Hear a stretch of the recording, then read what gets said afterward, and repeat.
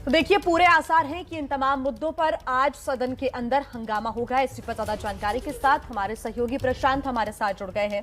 प्रशांत, यही सवाल है क्योंकि पिछली बार भी कुछ ऐसी स्थितियां ही देखने को मिली थी। सदन के अंदर जब आर्थिक सर्वेक्षण पेश हो रहा था तब भी जमकर हंगामा हुआ और वही स्थितियां आज भी रहेंगी। मुद्दे भी मल्लिकार्जुन खड़गे ने बताए कि पेगासस, बेरोजगारी, तमाम मुद्दे किसानों से जुड़े हुए भी हो सकते हैं हंगामे के लिए।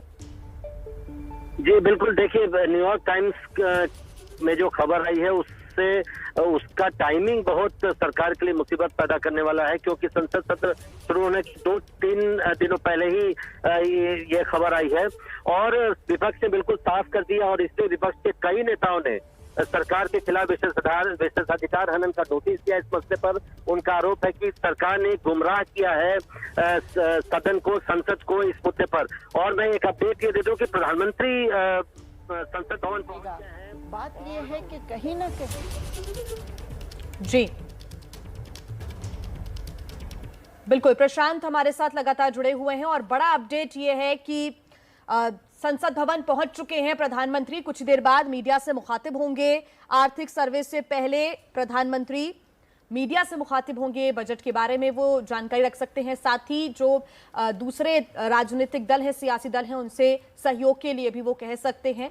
हर बार की तरह इस बार भी प्रधानमंत्री मीडिया से मुखातिब होंगे आर्थिक सर्वेक्षण के पहले। कुछ ही देर में राष्ट्रपति भी आर्थिक सर्वेक्षण और साथ ही जो आर्थिक सेहत है उसका अभिभाषण उनका होगा। और उसके पहले देखिए, प्रधानमंत्री नरेंद्र मोदी संसद भवन पहुंच चुके हैं। संसद के परिसर की ये तस्वीरें, संसद परिसर से ये सीधी तस्वीरें आ रही हैं। प्रधानमंत्री मोदी का काफिला पहुंच गया है और जैसा कि हर बार सत्र शुरू होने से पहले होता है, प्रधानमंत्री मीडिया से बात करते हैं और विपक्ष के नेताओं से भी अपील की जाती है कि वो शांतिपूर्ण तरीके से कार्रवाई पूरी होने दें।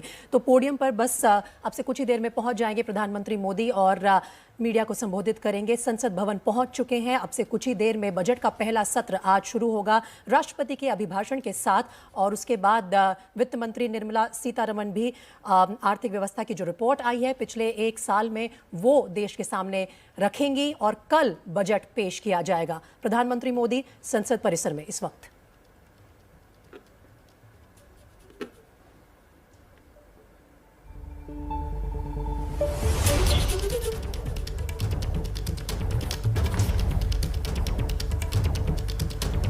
नमस्कार साथियों,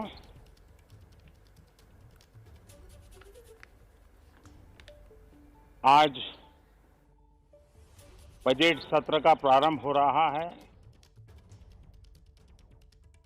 मैं आप सभी का और देश भर के सभी आदरणीय सांसदों का इस बजट सत्र में स्वागत करता हूं।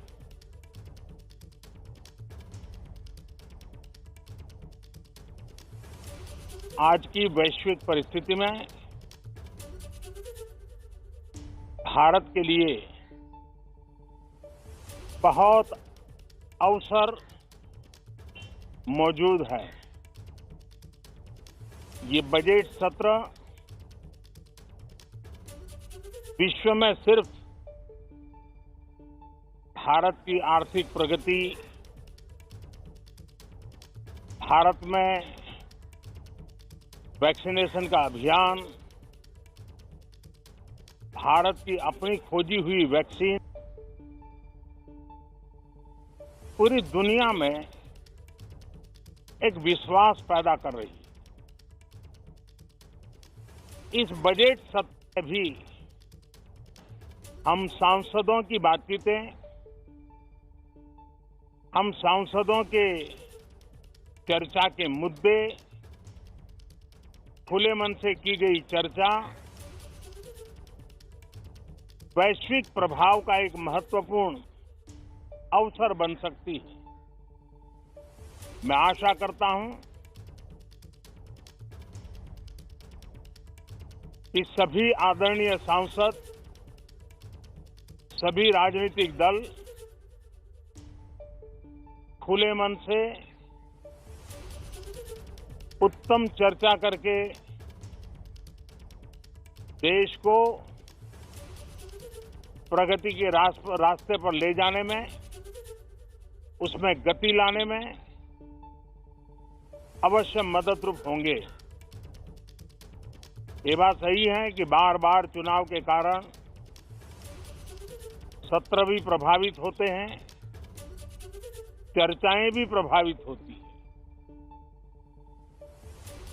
लेकिन मैं सभी आदरणीय सांसदों से प्रार्थना करूंगा कि चुनाव अपनी जगह पे हैं, वो चलते रहेंगे, लेकिन हम सदन में ये बजट सत्र एक प्रकार से पूरे वर्ष भर का खाका खींचता है और इसलिए बहुत महत्वपूर्ण होता है। हम पूरी प्रतिबद्धता के साथ इस बजट सत्र को जितना ज्यादा फलदायी बनाएंगे, आने वाला पूरा वर्ष हमें नई आर्थिक ऊंचाइयों पर ले जाने के लिए भी एक बहुत बड़ा अवसर बनेगा। मुक्त चर्चा हो, मननीय चर्चा हो, मानवीय संवेदनाओं से भरी हुई चर्चा हो, अच्छे मकसद से चर्चा हो, इसी अपेक्षा के साथ आप सबका बहुत बहुत धन्यवाद।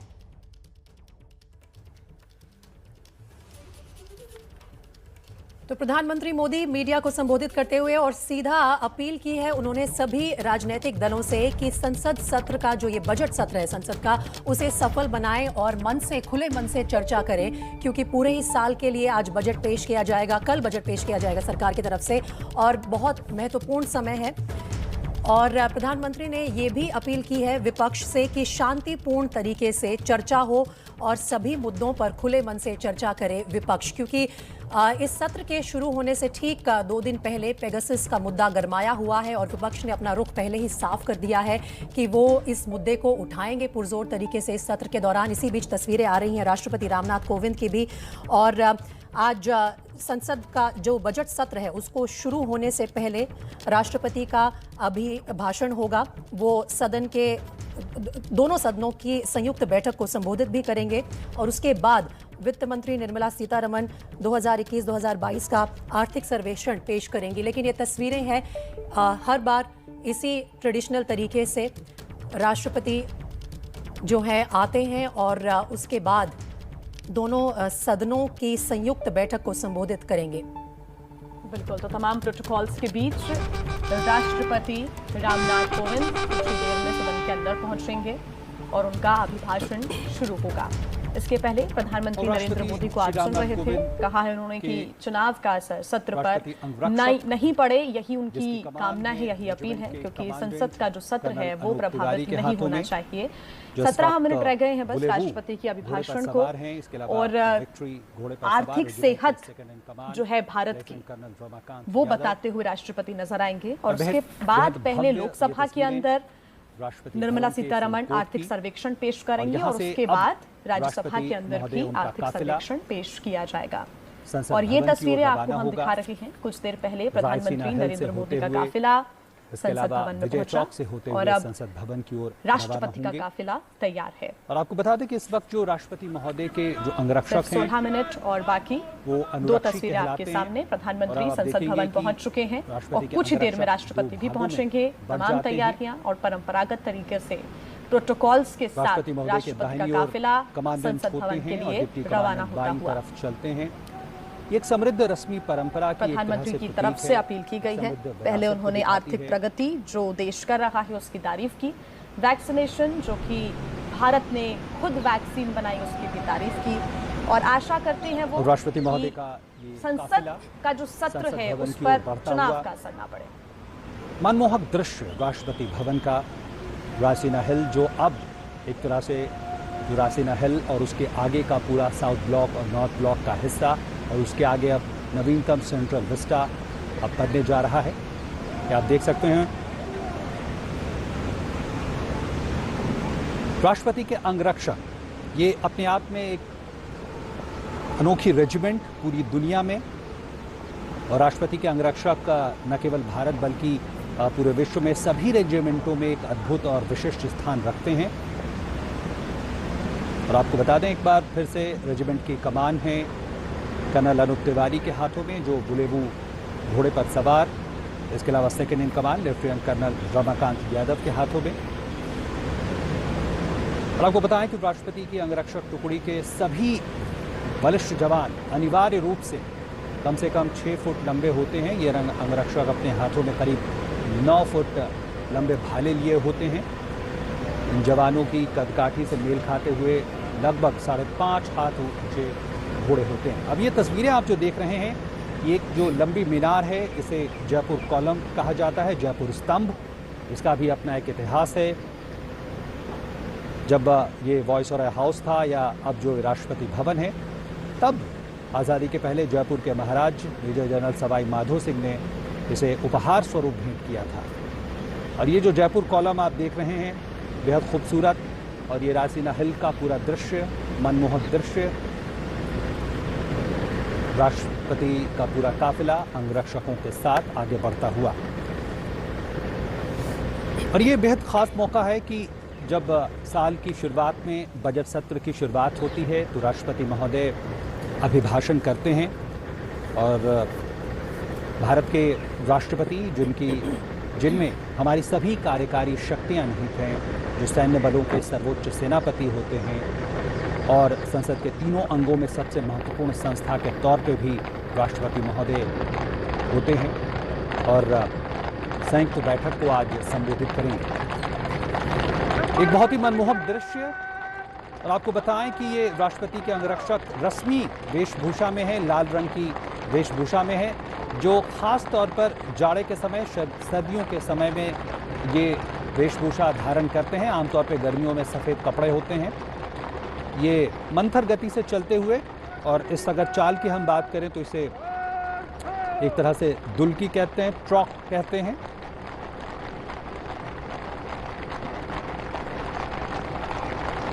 आप देख सकते हैं कि राष्ट्रपति महोदय के कार के दाहिनी तरफ कमांडेंट होते हैं, उप कमांडेंट बाईं तरफ होते हैं। और अब ये विजय चौक की ओर बढ़ते हुए, वो विजय चौक जो एक तरह से हमारी पूरी लोकतांत्रिक यात्रा की गवाह रही है। ये भी परंपरा रही है कि कई बार हमने देखा है कि राष्ट्रपति महोदय बग्गी से भी जाते हैं संसद सत्र के लिए। 2017 में पिछली बार राष्ट्रपति प्रणब मुखर्जी उस वक्त के वो बग्गी से राष्ट्रपति भवन तक पहुंचे थे। ये तस्वीरें आप देख रहे हैं जिसमें दोनों तरफ, रासीना हिल के दोनों तरफ साउथ ब्लॉक और नॉर्थ ब्लॉक, जहां पे तमाम महत्वपूर्ण मंत्रालय, प्रधानमंत्री कार्यालय मौजूद हैं, विदेश मंत्रालय, वित्त मंत्रालय, गृह मंत्रालय, रक्षा मंत्रालय इस सड़क के दोनों तरफ मौजूद हैं। और ये एक विहंगम दृश्य आपके सामने। देखिए, ट्रेडिशनल तरीके से राष्ट्रपति रामनाथ कोविंद का काफिला इस वक्त राष्ट्रपति भवन से निकला है और विजय चौक से होते हुए संसद भवन पहुंचेगा। और हर वर्ष सत्र की शुरुआत से पहले यही तस्वीरें आती हैं, यही परंपरा रही है। और जैसा कि अभी आप सुन भी रहे थे कि कई बार ऐसा भी देखा जाता है कि राष्ट्रपति बग्गी में बैठकर संसद भवन पहुंचते हैं, लेकिन राष्ट्रपति रामनाथ कोविंद ने निर्णय लिया कि वो अपने गाड़ियों के काफिले के साथ जाएंगे। और 2 कैमरों से इस वक्त ये तस्वीरें आ रही हैं विजय चौक से, जहां एक तरफ है नॉर्थ ब्लॉक, दूसरी तरफ है साउथ ब्लॉक।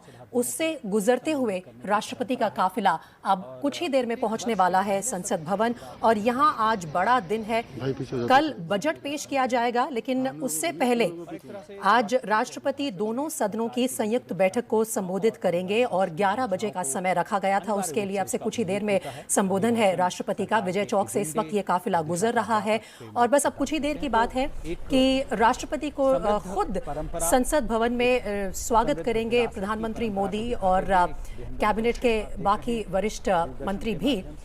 उसके बाद संयुक्त बैठक है दोनों सदनों की, उसे संबोधित करेंगे राष्ट्रपति रामनाथ कोविंद और सरकार का एजेंडा पेश करेंगे कि आने वाले साल में 2022-2023 के लिए सरकार की तरफ से क्या प्लानिंग है, किस तरह से बजट को आगे इस्तेमाल करेगी सरकार और क्या क्या उपलब्धियां रही हैं सरकार की, ये भी गिनवाते हैं राष्ट्रपति अपने अभिभाषण में। हर साल संसद के प्रथम अधिवेशन के दिन दोनों सदनों को संयुक्त रूप से संबोधित करते हैं राष्ट्रपति।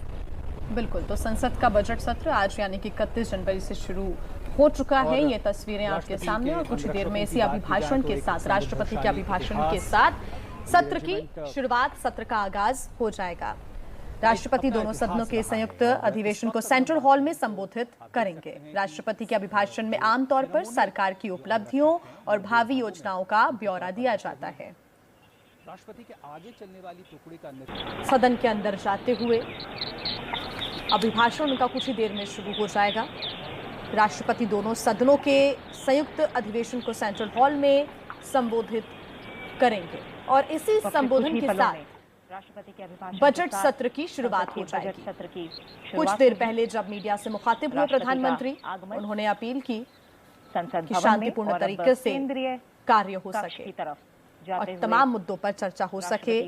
साथ ही अगर अधिवेशन की हम बात करें, इस संबोधन की बात करें, तो राष्ट्रपति के अभिभाषण में आमतौर पर सरकार की उपलब्धियों और भावी योजनाओं का ब्यौरा दिया जाता है। सत्र के पहले दिन यानी कि आज राष्ट्रपति अभिभाषण के बाद दोनों सदनों में आर्थिक सर्वेक्षण 2021-22 यहां पर पेश किया जाएगा, जिसमें देश के आर्थिक हालात का वृहद विवरण प्रस्तुत करने के साथ आर्थिक सामाजिक नीतियों और कार्यक्रमों की भविष्य की दिशा का संकेत दिखेगा।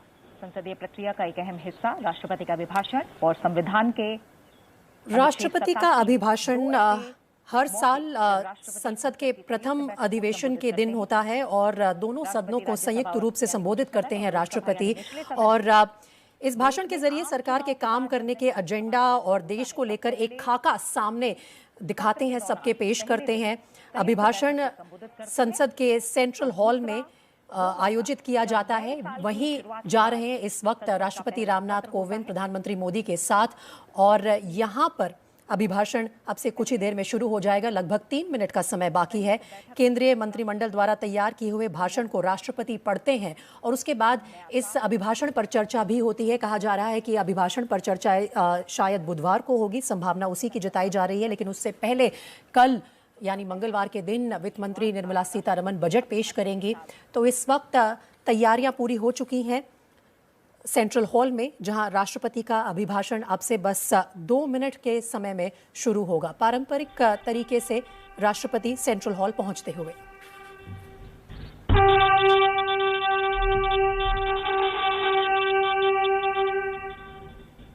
लोकसभा स्पीकर ओम बिरला उनके साथ मौजूद हैं और राज्यसभा स्पीकर और साथ ही उपराष्ट्रपति एम वेंकैया नायडू।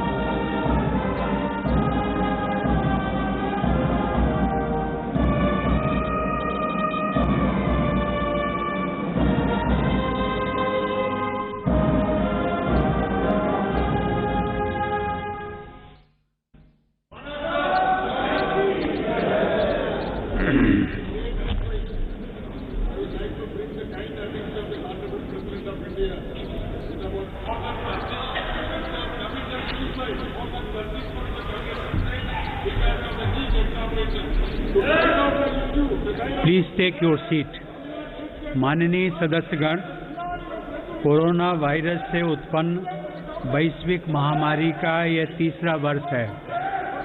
इस दौरान हमने भारत के लोगों की लोकतांत्रिक मूल्यों में अगाध आस्था, अनुशासन और कर्तव्य परायणता को और मजबूत होते देखा है। आज जब भारत अपनी आज़ादी के 75 वर्ष पर अमृत महोत्सव मना रहा है, तब प्रत्येक भारतवासी की यह संकल्प शक्ति भारत के उज्जवल भविष्य के लिए असीम विश्वास पैदा करती है। इसी विश्वास के साथ मैं संसद भवन के इस ऐतिहासिक सेंट्रल हॉल से प्रत्येक भारतवासी का अभिनंदन करता हूं। मैं आज संसद के इस समवेत सत्र में देश के उन लाखों स्वाधीनता सेनानियों को नमन करता हूं, जिन्होंने अपने कर्तव्यों को सर्वोच्च प्राथमिकता दी और भारत को उसके अधिकार दिलाए। आज़ादी के इन 75 वर्षों में देश की विकास यात्रा में अपना योगदान देने वाले सभी महानुभावों का भी मैं श्रद्धापूर्वक स्मरण करता हूं।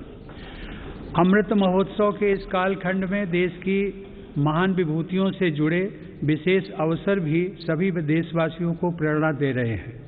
गुरु तेग बहादुर जी का 400वां प्रकाश वर्ष पर्व, श्री अरविंदो की 150वीं जन्म जयंती, V.O. चिदम्बरम पिल्लई का 150वां जन्म वर्ष और नेताजी सुभाष चंद्र बोस की 125वीं जन्म जयंती जैसे पुण्य अवसरों को मेरी सरकार पूरी भव्यता के साथ मना रही है।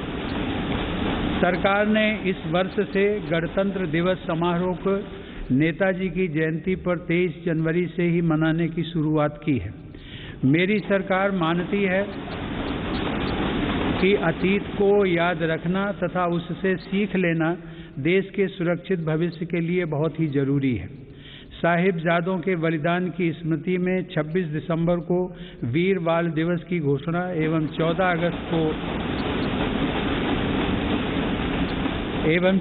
अगस्त को विभाजन विभीषिका स्मृति दिवस इसी सोच का परिचायक है। सरकार ने भगवान बिरसा मुंडा को श्रद्धांजलि स्वरूप उनके जन्म दिवस 15 नवंबर को जनजातीय गौरव दिवस के रूप में मनाने का भी निर्णय लिया। माननीय सदस्यगण, आज़ादी का अमृत महोत्सव हम सभी भारतीयों के लिए अगले 25 वर्षों के संकल्पों को आकार देने का पवित्र अवसर है। मेरी सरकार सबका साथ, सबका विकास, सबका विश्वास और सबका प्रयास के मंत्र पर चलते हुए अगले 25 वर्षों के लिए मजबूत बुनियाद पर तेजी से काम कर रही है। इस बुनियाद का सबसे महत्वपूर्ण संकल्प एक सर्वसमावेशी, सर्वहितकारी, सशक्त भारत का निर्माण और देश की आत्मनिर्भरता है। कोरोना के इस कठिन समय की चुनौतियों ने देशवासियों को अपने लक्ष्यों को जल्द से जल्द प्राप्त करने के लिए प्रेरित किया है। माननीय सदस्यगण, कोरोना महामारी ने पूरी दुनिया को प्रभावित किया है और भारत में भी हमारे बहुत से अपनों को हमसे छीना है। इन परिस्थितियों में केंद्र से लेकर राज्यों तक हमारी सभी सरकारों, स्थानीय शासन और प्रशासन, हमारे डॉक्टर्स, नर्सेज और हेल्थ वर्कर्स, हमारे वैज्ञानिकों और उद्यमियों सभी ने एक टीम के रूप में काम किया है। सरकार और नागरिकों के बीच यह परस्पर विश्वास, समन्वय और सहयोग लोकतंत्र की ताकत का अभूतपूर्व उदाहरण है। इसके लिए मैं देश के प्रत्येक हेल्थ और फ्रंट लाइन वर्कर का, हर देशवासी का अभिनंदन करता हूं। कोविड-19 के खिलाफ इस लड़ाई में भारत के सामर्थ्य का प्रमाण कोविड वैक्सीनेशन प्रोग्राम में नजर आया है। हमने 1 साल से भी कम समय में 150 करोड़ से भी ज्यादा वैक्सीन डोज लगाने का रिकॉर्ड पार किया है। आज हम पूरी दुनिया में सबसे ज्यादा वैक्सीन डोज देने वाले अग्रणी देशों में से एक हैं। इस अभियान की सफलता ने देश को एक ऐसा रक्षा कवच दिया है जिससे हमारे नागरिकों की सुरक्षा भी बढ़ी है और उनका मनोबल भी बढ़ा है। आज देश में 90% से अधिक वयस्क नागरिकों को टीके की 1 डोज मिल चुकी है, जबकि 70% से अधिक लोग दोनों डोज ले चुके हैं। हर घर दस्तक अभियान के माध्यम से सरकार बाकी लोगों तक भी पहुंच रही है। इसी माह वैक्सीनेशन प्रोग्राम में 15 से 18 वर्ष तक के किशोर किशोरियों को भी शामिल किया गया है। साथ ही फ्रंट लाइन वर्कर्स और बीमारियों से ग्रस्त वरिष्ठ नागरिकों के लिए प्रिकॉशनरी डोज की भी शुरुआत की गई है। अब तक देश में कुल 8 वैक्सीन्स को इमरजेंसी यूज के लिए स्वीकृत मिल चुकी है। भारत में बन रही 3 वैक्सीन्स को विश्व स्वास्थ्य संगठन की तरफ से आपात स्थिति में उपयोग की मंजूरी भी मिली है। भारत में बन रही ये वैक्सीन्स पूरी दुनिया को महामारी से मुक्त कराने और करोड़ों लोगों का जीवन बचाने में अहम भूमिका निभा रही है। माननीय सदस्यगण, कोरोना महामारी से निपटने के लिए हमारे देश के प्रयास केवल तात्कालिक चुनौतियों तक सीमित नहीं हैं। इसीलिए मेरी सरकार ऐसे दूरदर्शी समाधान तैयार कर रही है जो भविष्य के लिए भी प्रभावी और उपयोगी रहें। सरकार द्वारा 64,000 करोड़ रुपए की लागत से शुरू किया गया प्रधानमंत्री Ayushman Bharat health infrastructure mission इसका एक सराहनीय उदाहरण है। इससे न केवल वर्तमान की स्वास्थ्य संबंधी जरूरतों को पूरा करने में मदद मिलेगी, बल्कि आने वाले संकटों के लिए भी देश को तैयार किया जा सकेगा। मेरी सरकार की संवेदनशील नीतियों के कारण देश में अब स्वास्थ्य सेवाएं जन साधारण तक आसानी से पहुंच रही हैं। 80,000 से अधिक हेल्थ एंड वेलनेस सेंटर्स और करोड़ों की संख्या में जारी आयुष्मान भारत कार्ड से गरीबों को इलाज में बहुत मदद मिली है। सरकार ने 8,000 से अधिक जन औषधि केंद्रों के माध्यम से कम कीमत पर दवाइयां उपलब्ध कराकर इलाज पर होने वाले खर्च को कम किया है। सुलभ और सुगम स्वास्थ्य सेवाओं के लिए उठाया गया आयुष्मान भारत डिजिटल मिशन भी एक बड़ा कदम है। माननीय सदस्यगण, कोरोना काल में भारतीय फार्मा सेक्टर ने भी अपनी श्रेष्ठता को साबित किया है। वर्तमान समय में भारतीय फार्मा कंपनियों के उत्पाद 180 से ज़्यादा देशों में पहुंच रहे हैं। लेकिन इस क्षेत्र में भारत के लिए संभावनाएं कहीं अधिक व्यापक हैं। फार्मा इंडस्ट्री के लिए मेरी सरकार द्वारा घोषित PLI स्कीम से इन संभावनाओं को विस्तार मिलेगा और रिसर्च को भी गति मिलेगी। सरकार द्वारा किए गए प्रयासों के परिणाम स्वरूप योग, आयुर्वेद एवं पारंपरिक चिकित्सा पद्धतियों की लोकप्रियता लगातार बढ़ रही है। वर्ष 2014 में देश से 6,600 करोड़ रुपए के आयुष उत्पादों का निर्यात होता था, जो आज बढ़कर 11,000 करोड़ रुपए से अधिक हो गया है। दुनिया के सबसे पहले WHO global centre of traditional medicine की स्थापना भी भारत में होने जा रही है। माननीय सदस्यगण, हमारे संविधान के मुख्य शिल्पी बाबा साहब डॉक्टर भीमराव अंबेडकर ने कहा था कि मेरा आदर्श एक ऐसा समाज होगा जो स्वाधीनता, समानता और भाईचारे पर आधारित हो। प्रजातंत्र सरकार का एक स्वरूप मात्र नहीं है। प्रजातंत्र का मूल है अपने साथियों के प्रति आदर और सम्मान की भावना। बाबा साहब के इन आदर्शों को मेरी सरकार अपने लिए ध्येय वाक्य मानती है। मेरी सरकार की आस्था अंत्योदय के मूल मंत्र में है, जिसमें सामाजिक न्याय भी हो, समानता भी हो, सम्मान भी हो और समान अवसर भी हो।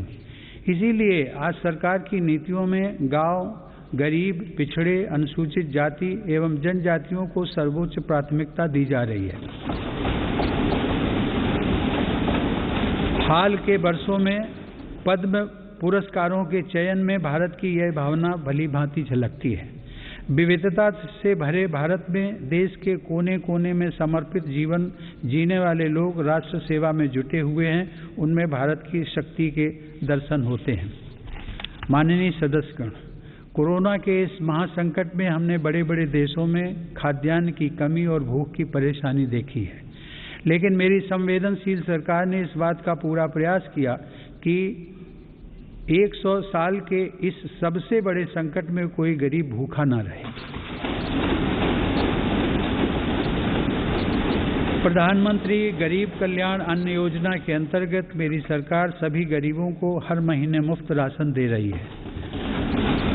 80 करोड़ लाभार्थियों को 19 महीनों से खाद्यान्न वितरित करने हेतु 60,000 करोड़ रुपए के खर्च के साथ भारत में आज दुनिया का सबसे बड़ा फूड डिस्ट्रीब्यूशन प्रोग्राम चलाया जा रहा है। वर्तमान परिस्थितियों को देखते हुए पूरी संवेदनशीलता के साथ मेरी सरकार ने इस योजना को मार्च 2022 तक बढ़ा दिया है। कोरोना काल में गरीब के स्वाभिमान और उसके रोजगार की रक्षा करने के लिए सरकार प्रधानमंत्री स्वनिधि योजना भी चला रही है। यह योजना हमारे रेहड़ी पटरी वाले भाइयों बहनों के लिए बहुत सहायक सिद्ध हो रही है। इस योजना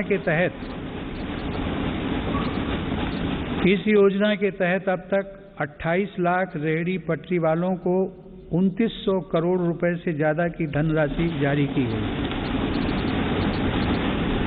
सरकार अब इन स्ट्रीट वेंडर्स को ऑनलाइन फूड डिलीवरी करने वाली कंपनियों के साथ भी जोड़ रही है।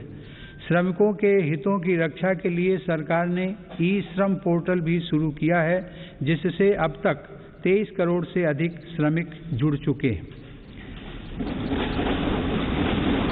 जनधन आधार मोबाइल अर्थात जैम ट्रिनिटी को मेरी सरकार ने जिस तरह नागरिक सशक्तिकरण से जोड़ा है, उसका प्रभाव भी हम लगातार देख रहे हैं। 44 करोड़ से अधिक गरीब देशवासियों के बैंकिंग सिस्टम से जुड़ने के कारण महामारी के दौरान करोड़ों लाभार्थियों को सीधे कैश ट्रांसफर का लाभ मिला है।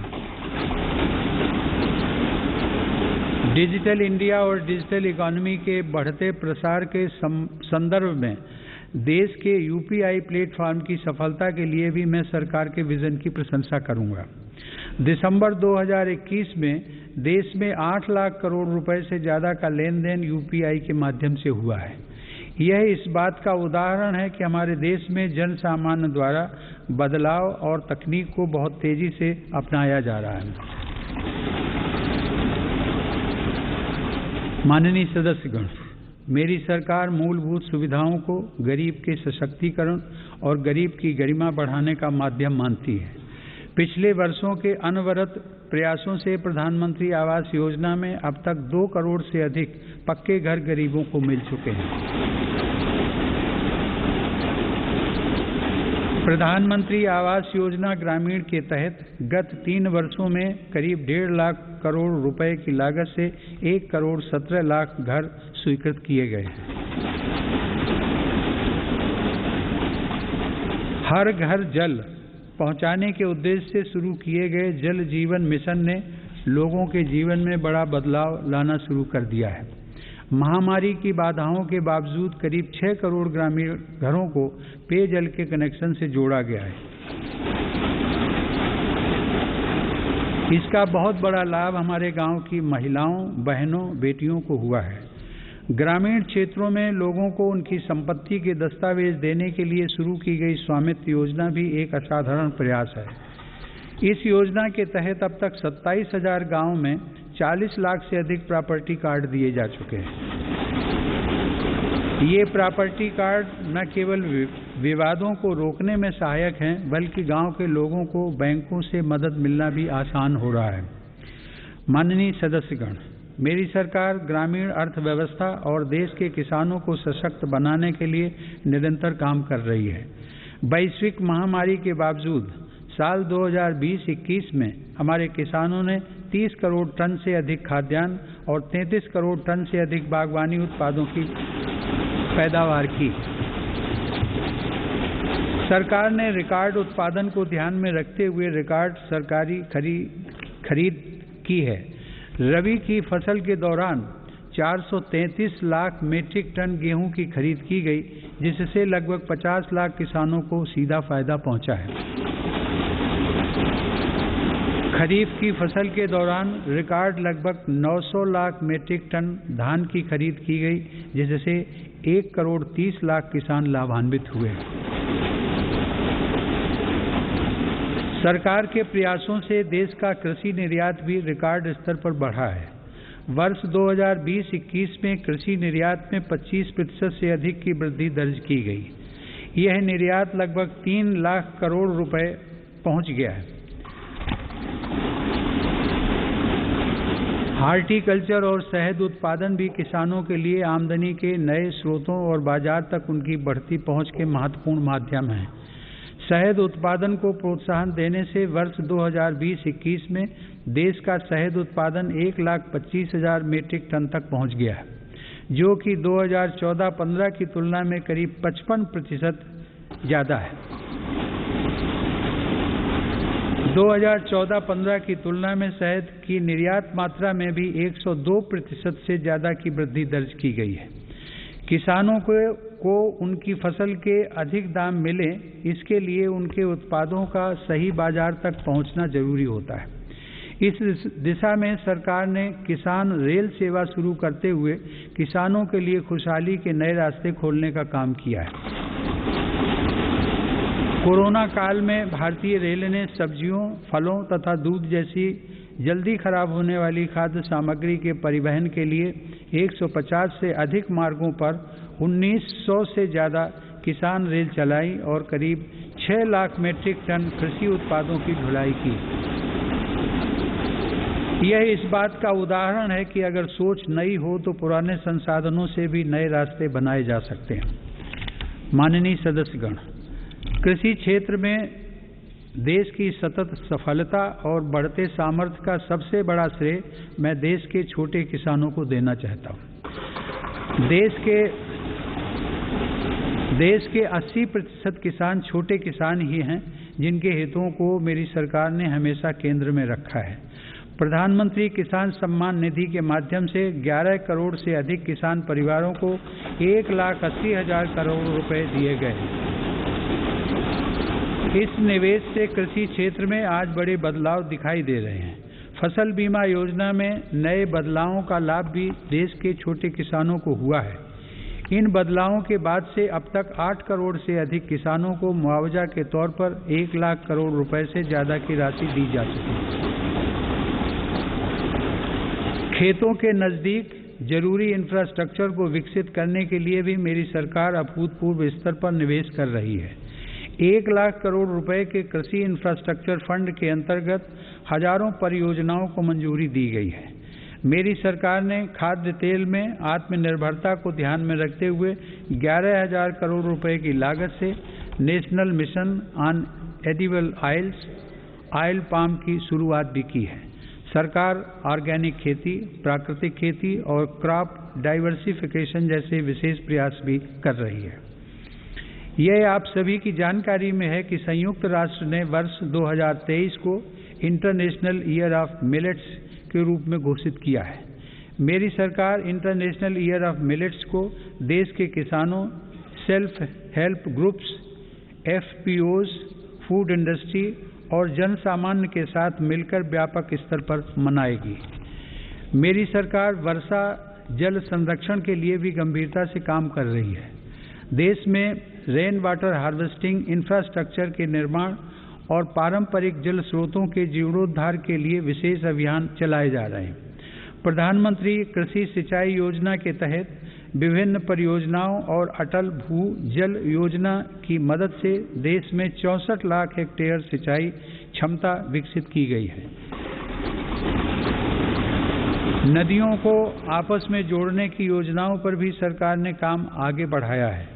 हाल ही में 45,000 करोड़ रुपए की लागत से पूरी होने वाली केन बेतवा लिंक परियोजना को भी स्वीकृति दी गई है।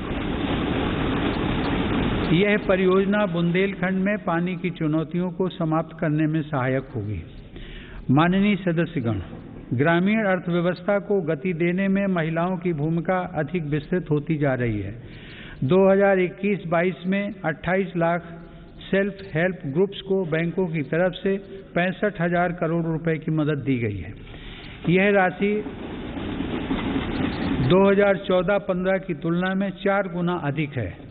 सरकार ने हजारों महिला सेल्फ हेल्प ग्रुप्स के सदस्यों को ट्रेनिंग देकर उन्हें बैंकिंग सखी के रूप में भागीदार भी बनाया है। ये महिलाएं ग्रामीण क्षेत्रों में बैंकिंग सेवाओं को घर घर तक पहुंचाने का माध्यम बन रही हैं। महिला सशक्तिकरण मेरी सरकार की उच्च प्राथमिकताओं में से एक है। उज्ज्वला योजना की सफलता के हम सभी साक्षी हैं। मुद्रा योजना के माध्यम से हमारे देश की माताओं बहनों की उद्यमिता और कौशल को बढ़ावा मिला है। बेटी बचाओ बेटी पढ़ाओ पहल से अनेक सकारात्मक परिणाम सामने आए हैं और स्कूलों में प्रवेश लेने वाली बेटियों की संख्या में उत्साहजनक वृद्धि हुई है। बेटे बेटी को समानता का दर्जा देते हुए मेरी सरकार ने महिलाओं के विवाह के लिए न्यूनतम आय को 18 वर्ष से बढ़ाकर पुरुषों के समान 21 वर्ष करने का विधेयक भी संसद में प्रस्तुत किया है। सरकार ने 3 तलाक को कानूनन अपराध घोषित कर समाज को इस कुप्रथा से मुक्त करने की शुरुआत की है। मुस्लिम महिलाओं पर केवल मेहरम के साथ ही हज यात्रा करने जैसे प्रतिबंधों को भी हटाया गया है। वर्ष 2014 से पूर्व अल्पसंख्यक वर्ग के लगभग 3 करोड़ विद्यार्थियों को छात्रवृत्तियां दी गई थी, जबकि मेरी सरकार ने वर्ष 2014 से अब तक ऐसे 4.5 करोड़ से अधिक विद्यार्थियों को छात्रवृत्तियां प्रदान की।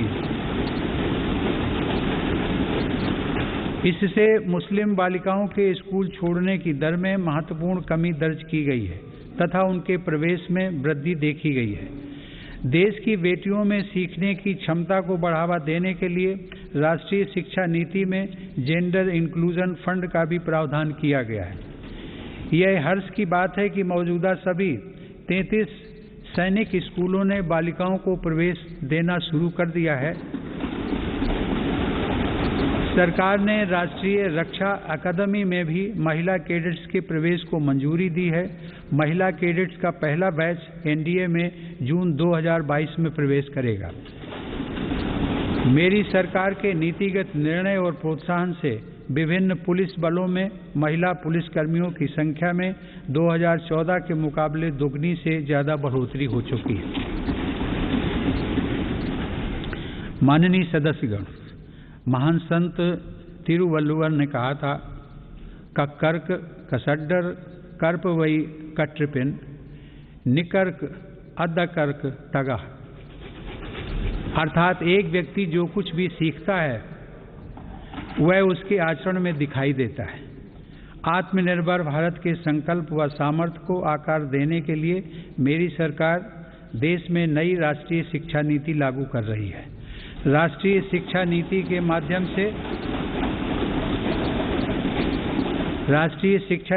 माध्यम से स्थानीय भाषाओं को भी प्रोत्साहित किया जा रहा है। स्नातक पाठ्यक्रमों की महत्वपूर्ण प्रवेश परीक्षाएं भारतीय भाषाओं में भी संचालित करने पर जोर दिया जा रहा है। इस वर्ष 10 राज्यों के 19 इंजीनियरिंग कॉलेजों में 6 भारतीय भाषाओं में पढ़ाई शुरू हो रही है। स्किल इंडिया मिशन के तहत ITI, जन शिक्षण संस्थान और प्रधानमंत्री कौशल केंद्रों के जरिए पूरे देश में 2.25 करोड़ से अधिक युवाओं का कौशल विकास हुआ है। स्किल को उच्च शिक्षा के साथ जोड़ने के लिए UGC के नियमों में कई बदलाव भी किए गए हैं। कोरोना से लड़ाई के लिए स्किल इंडिया मिशन के तहत हेल्थ केयर से जुड़े 6 विशेष प्रशिक्षण कार्यक्रम शुरू किए गए। इनसे हेल्थ केयर सेक्टर को मदद मिल रही है। सरकार द्वारा जनजातीय युवाओं की शिक्षा के लिए हर आदिवासी बहुल ब्लॉक तथा एकलव्य आवासीय मॉडल स्कूल के विस्तार का काम किया जा रहा है। ये स्कूल लगभग 3.5 लाख जनजातीय युवाओं को सशक्त बनाएंगे। माननीय सदस्यगण, टोक्यो ओलंपिक के दौरान हम सभी ने भारत की युवा शक्ति की क्षमताओं को देखा है। इस अंतर्राष्ट्रीय प्रतिस्पर्धा में अब तक का बेहतरीन प्रदर्शन करते हुए भारत ने 7 मेडल जीते। टोक्यो पैरा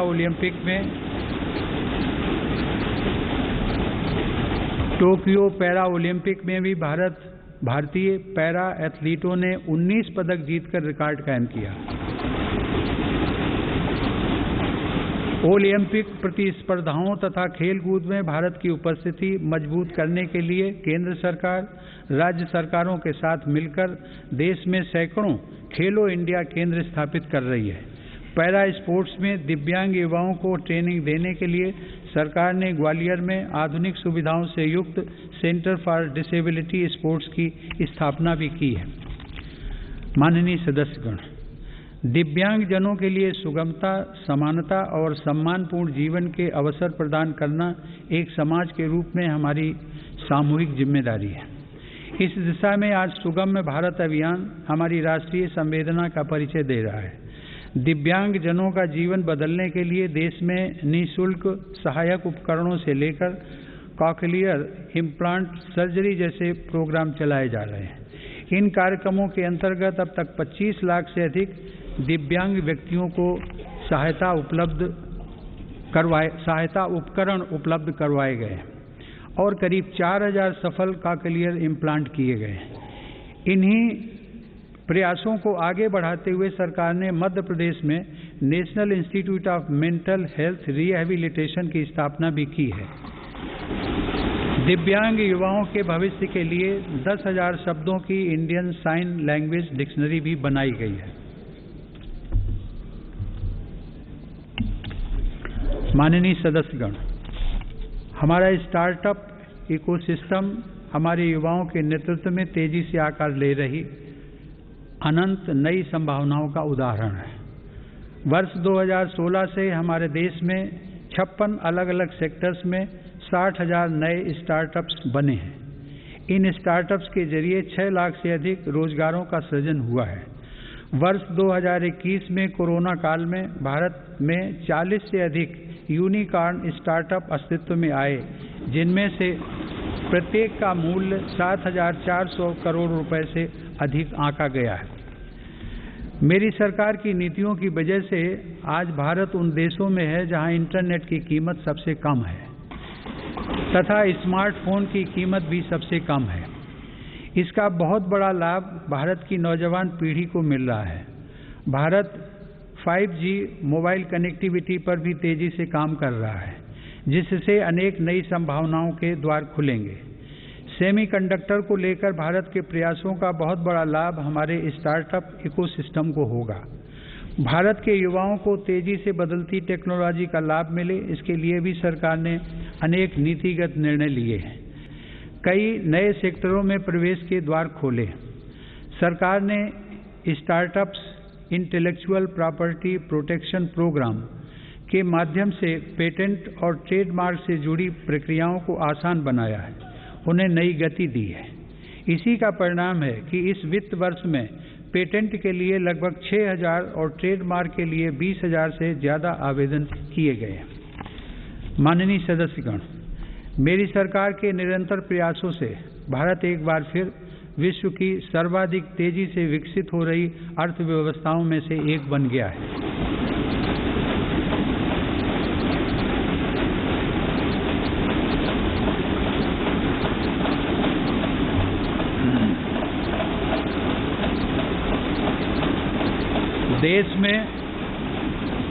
देश में जीएसटी कलेक्शन पिछले कई महीनों से निरंतर 1 लाख करोड़ रुपए से ऊपर बना हुआ है।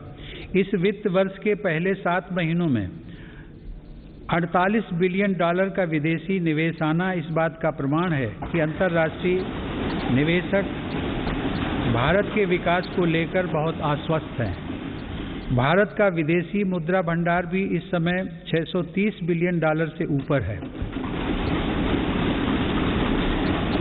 हमारा निर्यात भी तेजी से बढ़ रहा है और पिछले रिकॉर्ड टूट रहे हैं। 2021 में अप्रैल से दिसंबर के दौरान भारत का गुड्स निर्यात लगभग 300 बिलियन डॉलर यानी 22 लाख करोड़ रुपए से अधिक रहा है, जो कि 2020 की इसी अवधि की तुलना में 1.5 गुना ज़्यादा है। मेरी सरकार ने मैन्युफैक्चरिंग सेक्टर में मौजूद संभावनाओं को साकार करने और युवाओं को नए अवसर देने के लिए 1,97,000 करोड़ रुपए से ज़्यादा के निवेश से 14 महत्वपूर्ण PLI स्कीम्स शुरू की हैं। ये PLI स्कीम्स न केवल भारत को ग्लोबल मैन्युफैक्चरिंग हब के रूप में स्थापित करने में मदद करेंगी, बल्कि रोजगार के 60 लाख से अधिक अवसर भी उपलब्ध कराएंगे। देश में मोबाइल उत्पादन की सफलता मेक इन इंडिया का एक बड़ा उदाहरण है। आज भारत विश्व में दूसरा सबसे बड़ा मोबाइल फोन निर्माता बनकर उभरा है। इससे भारत के लाखों युवाओं को रोजगार भी मिला है। हमारा देश इलेक्ट्रॉनिक और टेक्नोलॉजी हार्डवेयर के क्षेत्र में ग्लोबल लीडर बने, इसके लिए सरकार ने सिलिकॉन और compound semi conductor fabrication, display, FAB, chip design और इनसे जुड़े वेंचर्स के लिए हाल ही में 76,000 करोड़ रुपए का पैकेज भी घोषित किया है। मेरी सरकार नए क्षेत्रों के साथ साथ उन पारंपरिक क्षेत्रों में भी देश की स्थिति को पुनः मजबूत बना रही है जिनमें हमारे पास सैकड़ों वर्षों का अनुभव है।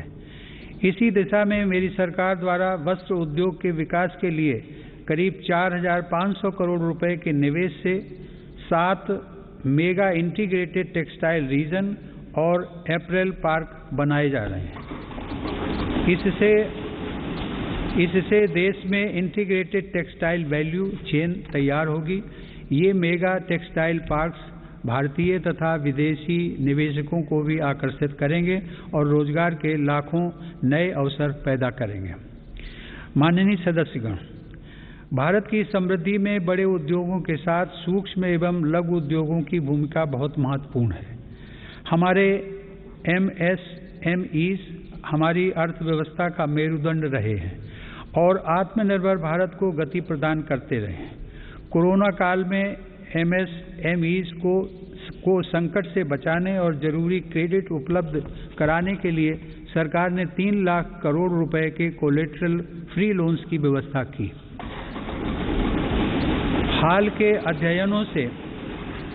के अध्ययनों से यह स्पष्ट हुआ है कि इस योजना की सहायता से 13.5 लाख MSME यूनिट्स को जीवन दान दिया गया और 1.5 करोड़ रोजगार भी सुरक्षित किए गए।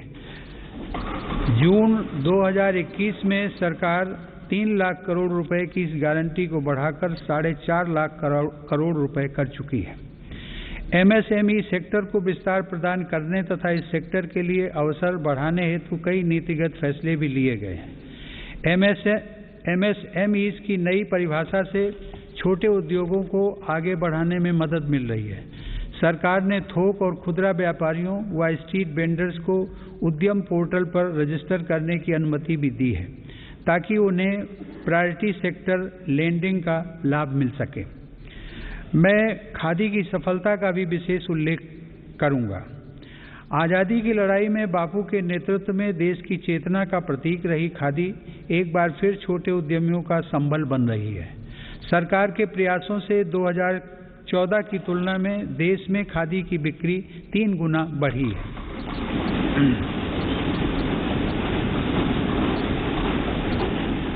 माननीय सदस्यगण, किसी भी देश के विकास का आधार वहां का इंफ्रास्ट्रक्चर होता है।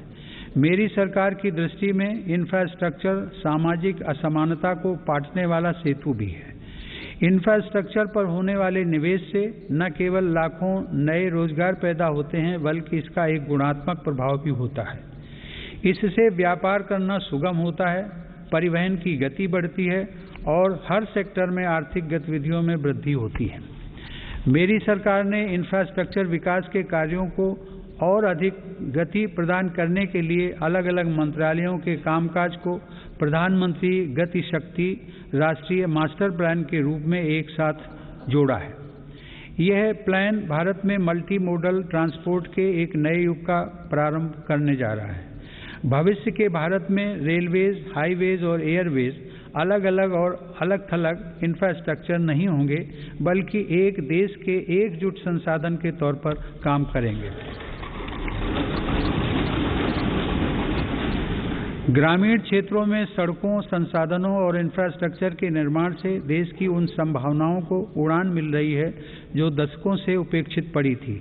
प्रधानमंत्री ग्राम सड़क योजना की उपलब्धियां गर्व करने योग्य हैं। वर्ष 2020-21 में ग्रामीण इलाकों में 100 किलोमीटर प्रतिदिन से अधिक की रफ्तार से 36,500 किलोमीटर सड़कें बनाई गई हैं और हजारों रिहायशी क्षेत्रों को ऑल वेदर रोड कनेक्टिविटी से जोड़ा गया है।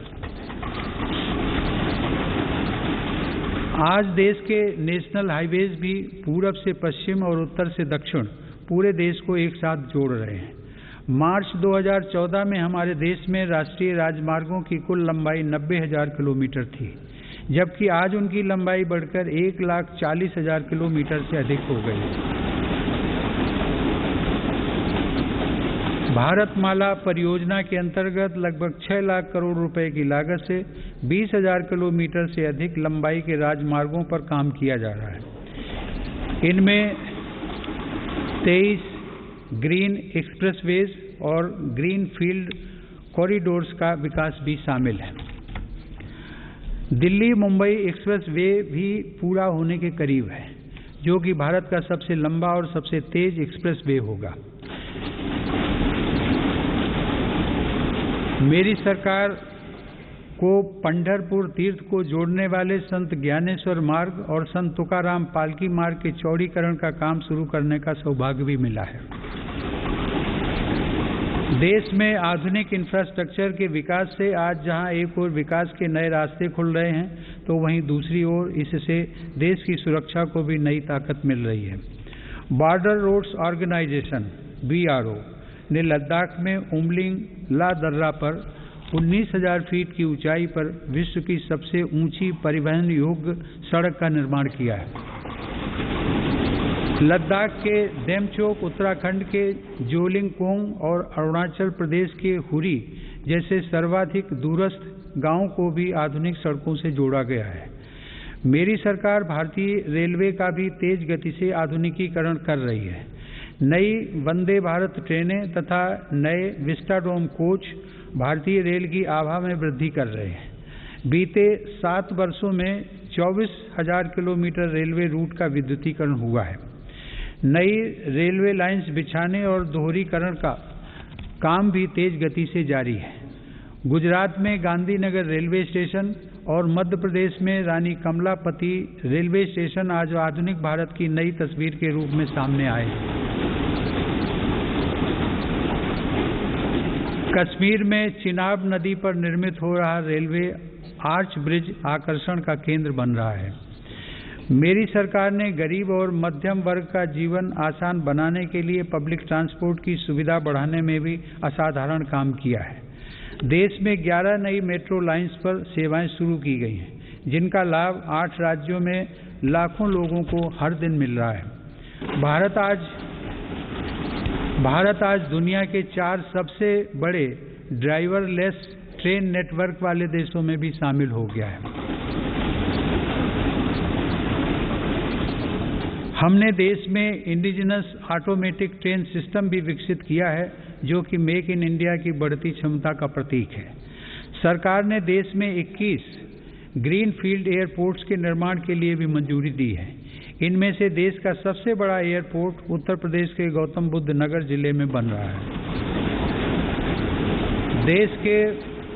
देश के महत्वपूर्ण कारोबारी क्षेत्रों को बंदरगाहों से जोड़ने के लिए सागरमाला कार्यक्रम के अंतर्गत 80 से अधिक कनेक्टिविटी परियोजनाओं पर भी काम हो रहा है। अब तक 24 राज्यों में 5 मौजूदा राष्ट्रीय जलमार्गों और 106 नए जलमार्गों सहित कुल 111 जलमार्गों को राष्ट्रीय जलमार्ग घोषित किया गया है। इनमें से 23 जलमार्गों के जरिए माल परिवहन भी हो सकेगा। आधुनिक इंफ्रास्ट्रक्चर की दिशा में सरकार द्वारा 27,000 सर्किट किलोमीटर से ज़्यादा ट्रांसमिशन लाइंस भी बिछाई गई हैं। माननीय सदस्यगण, बीते समय में हमने देश में आत्मनिर्भर भारत के नए संकल्प को ठोस आकार लेते देखा है। इस संकल्प को रिफॉर्म्स की ऊर्जा से तेज गति प्राप्त हो रही है। नए लेबर रिफॉर्म्स से लेकर बैंकिंग रिफॉर्म्स और इंसॉल्वेंसी एंड बैंक्रप्सी कोड तक सुधारों का यह क्रम बिना रुके अनवरत चल रहा है। विगत वर्ष केंद्र और राज्यों के अलग अलग विभागों में 26,000 से ज़्यादा कंप्लायंसेस की आवश्यकता को घटाया जा चुका है। देश में स्पेस को प्राइवेट सेक्टर के लिए खोलकर संभावनाओं का अनंत आकाश भी उपलब्ध करा दिया गया। पिछले साल भारत की अंतरिक्ष क्षमताओं को बढ़ाने के लिए इन स्पेस का गठन किया जाना ऐसा ही एक प्रमुख कदम है। तेजी से विकसित हो रही ड्रोन टेक्नोलॉजी और इससे जुड़ी संभावनाओं को लेकर भी मेरी सरकार सजग और सक्रिय है। इस दिशा में सरकार ने सिंप्लीफाइड ड्रोन रूल्स 2021 को अधिसूचित किया है और ड्रोन व ड्रोन कलपुर्जों के देश में निर्माण के लिए PLI योजना भी शुरू की है। इससे देश को भविष्य की इस महत्वपूर्ण टेक्नोलॉजी में अपनी स्थिति को मजबूत बनाने में मदद मिलेगी। माननीय सदस्यगण, मेरी सरकार देश की सुरक्षा के लिए दृढ़ संकल्पित होकर काम कर रही है। सरकार की नीतियों की वजह से डिफेंस सेक्टर में, विशेषकर रक्षा उत्पादन में देश की आत्मनिर्भरता लगातार बढ़ रही है। वर्ष 2020-21 में सैन्य बलों के आधुनिकीकरण के लिए जो भी स्वीकृतियां प्रदान की गईं, उनमें 87% उत्पादों में मेक इन इंडिया को प्राथमिकता दी गई।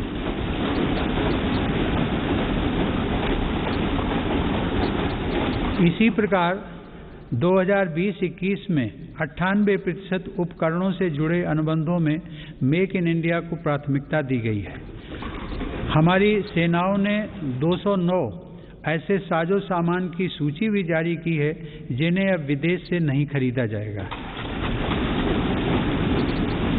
रक्षा उपक्रमों द्वारा 2800 से ज़्यादा ऐसे उपकरणों की सूची जारी की जा चुकी है जिनका देश में ही निर्माण किया जाएगा। हिंदुस्तान एरोनॉटिक्स लिमिटेड के साथ 83 LCA तेजस फाइटर एयरक्राफ्ट के निर्माण हेतु अनुबंध किए गए हैं। सरकार ने ऑर्डिनेंस फैक्ट्रियों को 7 डिफेंस PSUs का रूप देने के लिए महत्वपूर्ण कदम उठाए हैं। इसके अलावा रक्षा क्षेत्र में प्राइवेट सेक्टर और स्टार्टअप्स को तेजी से बढ़ावा देने के लिए भी सरकार प्रतिबद्ध है। हमारा लक्ष्य है कि हमारी सेनाओं की जरूरत का सामान भारत में विकसित हो तथा भारत में ही निर्मित हो। माननीय सदस्यगण, तेजी से उभरते वैश्विक परिवेश में भारत ने अपने राजनयिक संबंधों को बेहतर बनाते हुए अपनी स्थिति को मजबूत किया है। अगस्त 2021 में भारत ने संयुक्त राष्ट्र सुरक्षा परिषद की अध्यक्षता की और इस दौरान कई अभूतपूर्व निर्णय लिए गए। भारत की अध्यक्षता में ही सुरक्षा परिषद ने पहली बार समुद्री सुरक्षा के विषय पर अपने एजेंडा आइटम के अंतर्गत समग्र रूप से विचार विमर्श किया। संयुक्त राष्ट्र सुरक्षा परिषद ने इस विषय पर पहली बार एक प्रेसिडेंशियल स्टेटमेंट को सर्वसम्मति से अडॉप्ट भी किया। हमने अपने पड़ोसी देश अफगानिस्तान में अस्थिरता और नाजुक हालात को भी देखा है। भारत ने इन परिस्थितियों में मानवता को सर्वोपरि रखते हुए ऑपरेशन देवी शक्ति को संचालित किया। हमने अनेक चुनौतियों के बावजूद हमारे कई नागरिकों और कई अफगान हिंदू सिख अल्पसंख्यकों को काबुल से सफलतापूर्वक एयरलिफ्ट किया। हम उन कठिन हालात के बीच से पवित्र गुरु ग्रंथ साहिब के 2 स्वरूपों को भी सुरक्षित भारत लेकर आए। मानवता की दृष्टि से भारत अफगानिस्तान में मेडिकल सप्लाई और अनाज पहुंचाने में भी मदद कर रहा है। माननीय सदस्यगण, वर्तमान समय में जलवायु परिवर्तन पूरे विश्व के सामने बड़ी चुनौती है।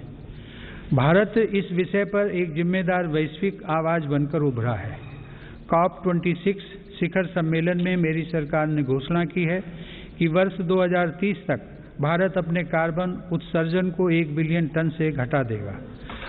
भारत ने साल 2070 तक नेट जीरो उत्सर्जन वाली अर्थव्यवस्था का लक्ष्य भी रखा है। भारत ने विश्व समुदाय को साथ लेकर green grid initiative, one sun one world one grid की पहल भी की है। यह global interconnected solar power grid का पहला अंतर्राष्ट्रीय नेटवर्क बन रहा है। पर्यावरण को लेकर हमारे बड़े लक्ष्य और साहसिक संकल्प प्रकृति के प्रति हमारी संवेदनशीलता को दर्शाते हैं। माननीय सदस्यगण, मेरी सरकार भारत की प्राचीन विरासत को संरक्षित, समृद्ध और सशक्त करना अपना दायित्व समझती है। यह गौरव की बात है कि धौलावीरा की हड़प्पा साइट और तेलंगाना स्थित 13वीं शताब्दी के काकतीय रुद्रेश्वर रामप्पा मंदिर को यूनेस्को विश्व धरोहर स्थल घोषित किया गया।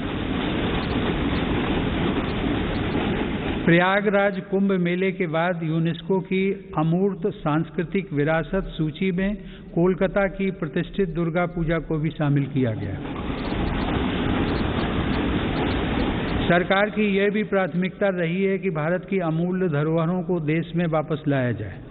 100 वर्ष पूर्व भारत से चोरी हुई मां अन्नपूर्णा देवी की मूर्ति को वापस लाकर काशी विश्वनाथ मंदिर में स्थापित किया गया।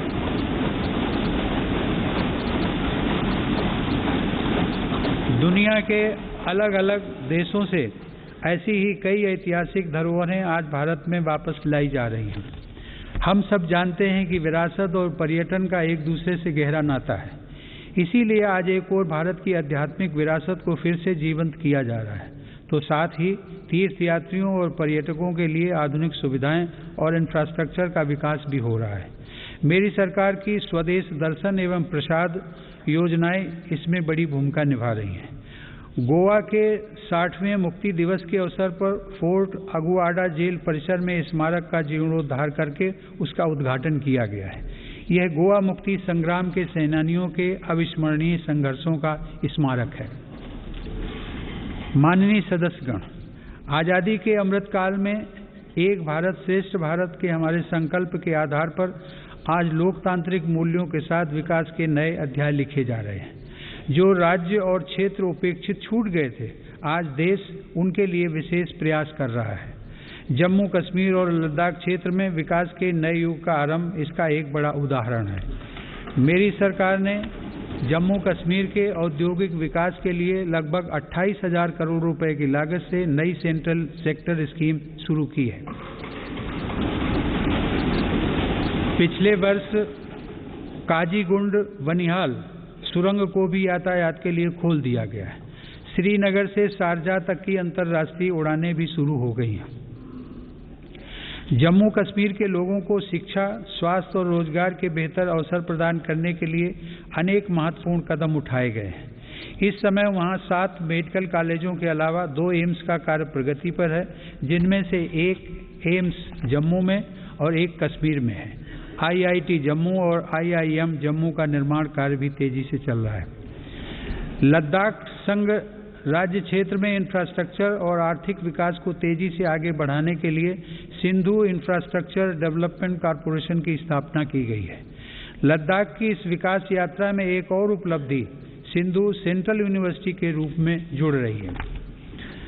माननीय सदस्यगण, मेरी सरकार पूर्वोत्तर के सभी राज्यों अरुणाचल प्रदेश, असम, मणिपुर, मेघालय, मिजोरम, नागालैंड, सिक्किम और त्रिपुरा के सतत विकास के लिए प्रतिबद्ध है। इन राज्यों में हर स्तर पर बुनियादी और आर्थिक अवसरों का विकास किया जा रहा है। रेल और हवाई कनेक्टिविटी जैसी सुविधाओं का सपना पूर्वोत्तर के लोगों के लिए अब साकार हो रहा है। यह देश के लिए गर्व का विषय है कि पूर्वोत्तर राज्यों की सभी राजधानियां मेरी सरकार के प्रयास से अब रेलवे के नक्शे पर आ रही हैं।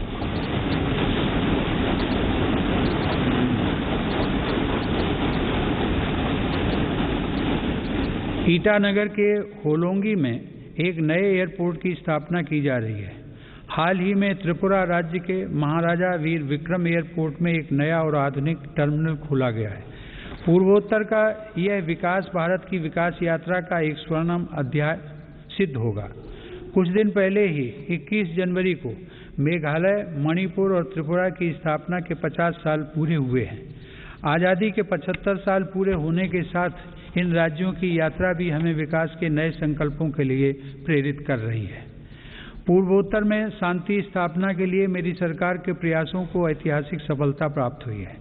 अभी कुछ महीने पहले ही कार्बी आंगलोंग के दशकों पुराने विवाद को समाप्त करने के लिए केंद्र सरकार, असम की राज्य सरकार एवं कार्बी समूह के बीच समझौता हुआ है।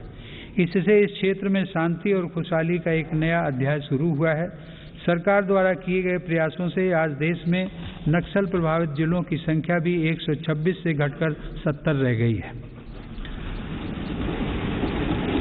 माननीय सदस्यगण, मेरी सरकार नागरिकों की जरूरतों के प्रति सरकारी विभागों को अधिक से अधिक जवाबदेह बनाने के लिए कृत संकल्प है।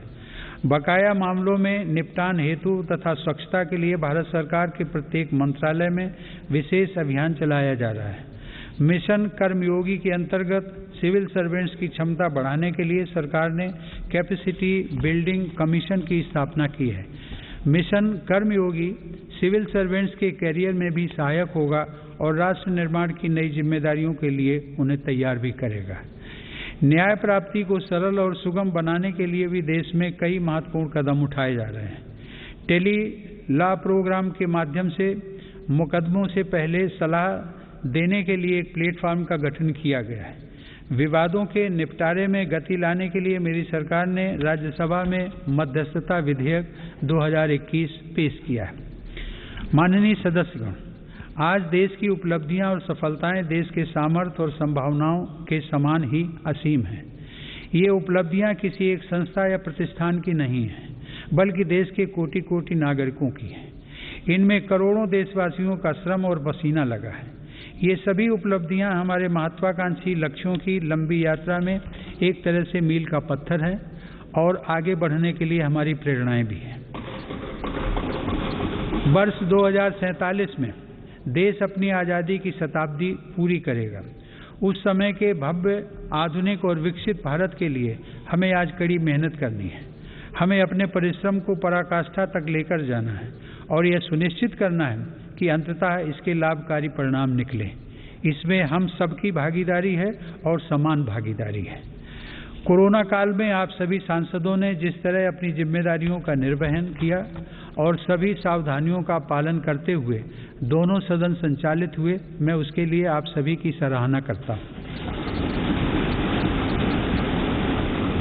आप सभी सांसदगण करोड़ों देशवासियों की आशाओं आकांक्षाओं के सारथी हैं। इसी भावना के साथ हमें आगे भी काम करते रहना है।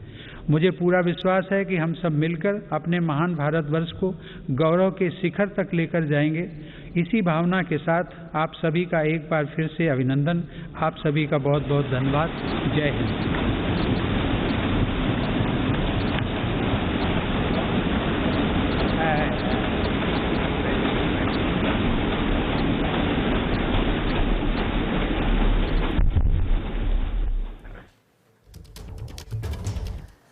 तो राष्ट्रपति का अभिभाषण, राष्ट्रपति के अभिभाषण की बड़ी बातें एक एक करके आपके सामने रख देते हैं। स्टार्टअप से देश में 6 लाख नई नौकरियां। भारत का विदेशी मुद्रा भंडार 630 बिलियन डॉलर से ऊपर पहुंच गया है। ये जानकारी राष्ट्रपति की तरफ से देश को दी गई अपने अभिभाषण के जरिए। 5G तकनीक पर तेजी से काम जारी है। जल्दी ही 5G तकनीक की सुविधा देशवासियों के लिए उपलब्ध होगी। इसके साथ ही भारत दूसरा सबसे बड़ा मोबाइल फोन निर्माता बन गया है। जो मेक इन इंडिया है वो किस तेज रफ्तार के साथ आगे बढ़ रहा है, उसी के बारे में ये जानकारी भी जो राष्ट्रपति की तरफ से साझा की गई। तो राष्ट्रपति के अभिभाषण की ये बड़ी बातें।